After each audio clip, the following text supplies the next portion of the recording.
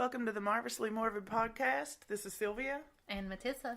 And I almost stuttered on the very first line I said this week. So how are you guys?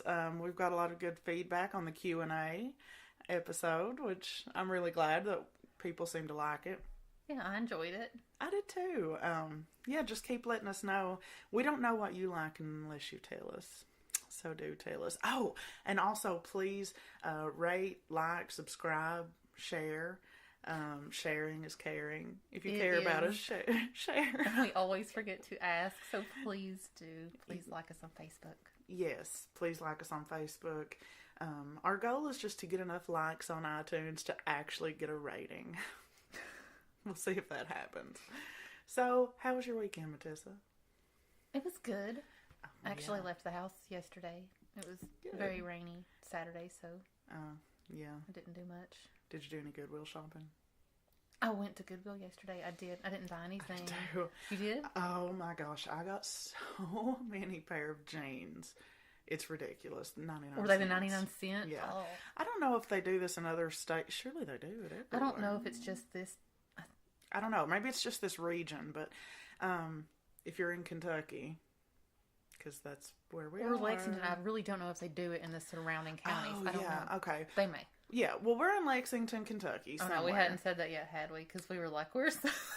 Well, let's just get rid. We are not internet detectives. All it would take is one search and then be like, oh, yeah, their address is blah, blah, blah, blah, blah, blah, blah. For me, right probably. There. Yeah, it is.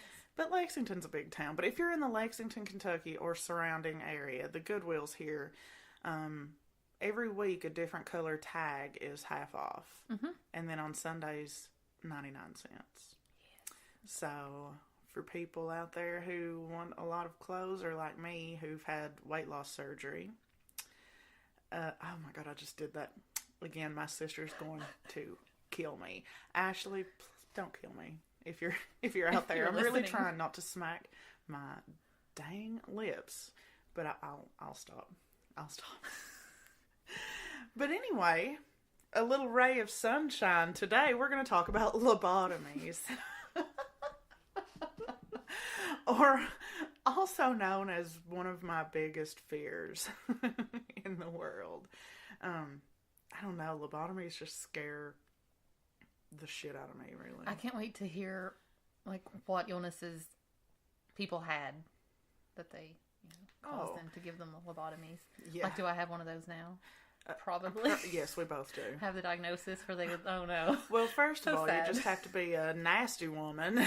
Oh, and yeah. they would lobotomize your ass. Okay, so I would be done. Yeah, we'd both be done. So, but let's get into it. Let's not dwell or even think about politics because we're trying to keep our anxiety under control and not magnify it times 1,000. But anyway, lobotomies.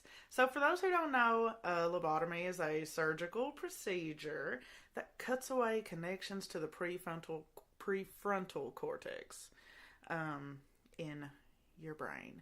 And that sounds like a nice little tidy procedure, but no. We'll come to learn that it was a hot mess. So lobotomies were used for psychiatric conditions, depression, anxiety, bipolar was a big one, schizophrenia. Basically,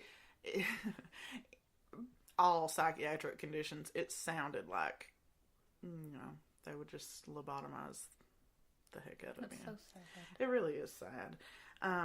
It was created by Antonio Moniz, who was awarded a Nobel Peace Prize for What years. year was this? When was It was sometime, I think it was in the 50s.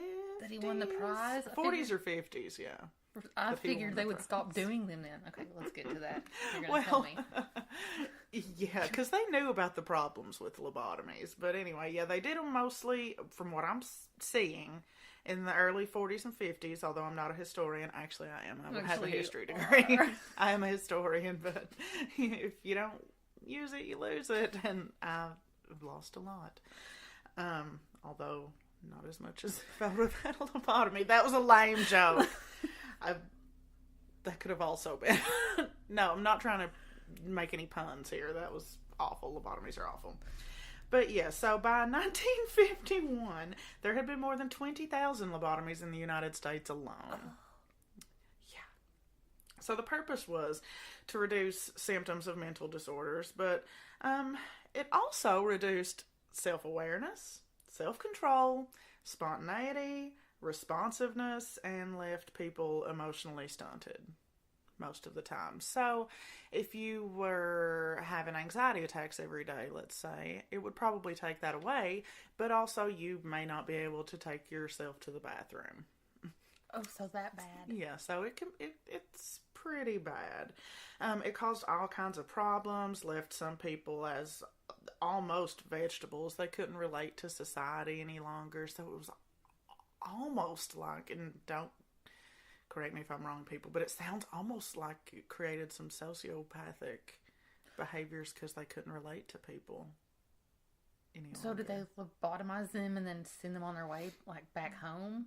Or keep them in a mental institution to just, like, calm them down? It probably, I would think that it just depended on how much money you had. I mean, I know that they would do other treatments like shock treatments. I don't know if lobotomy was kind of the final call, but yeah, it's creepy. So Walter Freeman, one of the doctors who performed them, called them surgically induced childhood. Yeah, he described one woman as a smiling, lazy, and satisfactory patient with the personality of an oyster. Yeah, and she was considered a success even though she could not remember his name afterward. And she kept pouring coffee in something like a empty coffee pot or something like that. That's all she wanted to do, I read. So no quality. Yeah. So, but I mean, I guess it cured her mental illness. It's crazy. So let me step into the actual procedure. And if you don't know, if you had a mental illness in like the, I don't know, 20s, 30s, 40s, 50s, 60s, 70s. I don't know how long it went on, but there was a good chance that you weren't going to get very good treatment. I mean, they could commit you against your will. They can give you lobotomies. So did these people choose to have lobotomies, or did they just do them on people against their will? Both. I think both. And they would do them to people without the patient knowing what was going on, if the parent knew, so parents could elect to have their children lobotomized. Yeah, it's crazy. So the actual procedure. So when they started out, the first lobotomy procedure, they drilled holes in either side of the skull and injected the brain with alcohol, rubbing alcohol to try to disconnect the connections in your brain. Yeah, and that didn't work out so well. They just found that, I mean, I think somebody died, which I wouldn't be at all surprised. But it just wasn't the ideal result, which I guess the ideal result to me. Yeah, I guess the ideal result would be catatonic. I don't know, but so then they started sticking a tool called a leucotome. I don't know. I may not be pronouncing that correctly, but just think of it as a large ice pick with a little, like a little loop on the end. So they would stick that in the hole and I guess shake it around and and remove cores of white matter. So remove parts of your brain, like your connections in your brain, I guess. They would scramble it, basically. That's what it sounds like. And pull some out. So the most common and what would become the standard for lobotomies is the transorbital lobotomy, which is where they would stick basically what looked like an ice pick in the corner of your eye and tap to break the orbital bone behind your eye. And then twirl this thing around to loosen the connection to your frontal lobe. And then if it wasn't bad enough, they would do it on both sides. You have to be bilateral. You can't just do one side. So, yeah, as you can imagine, I mean, it's inflicting brain damage on someone. I mean, a traumatic brain injury. Which, I mean, we've done a lot of crazy things, but you just don't know what you're going to get. I mean, it's just like flipping a coin, like, oh, well, maybe this person's anxiety will be reduced, or maybe they'll be a vegetable for the rest of their life, but then they won't have anxiety, so I don't know. There was one famous case. I know you've heard about it because you're also a history lover. It was Rosemary Kennedy. I almost said Rosemary Clooney. I was thinking Rosemary's Baby. Is that? Oh, I was thinking parsley, sage, rosemary, and thyme.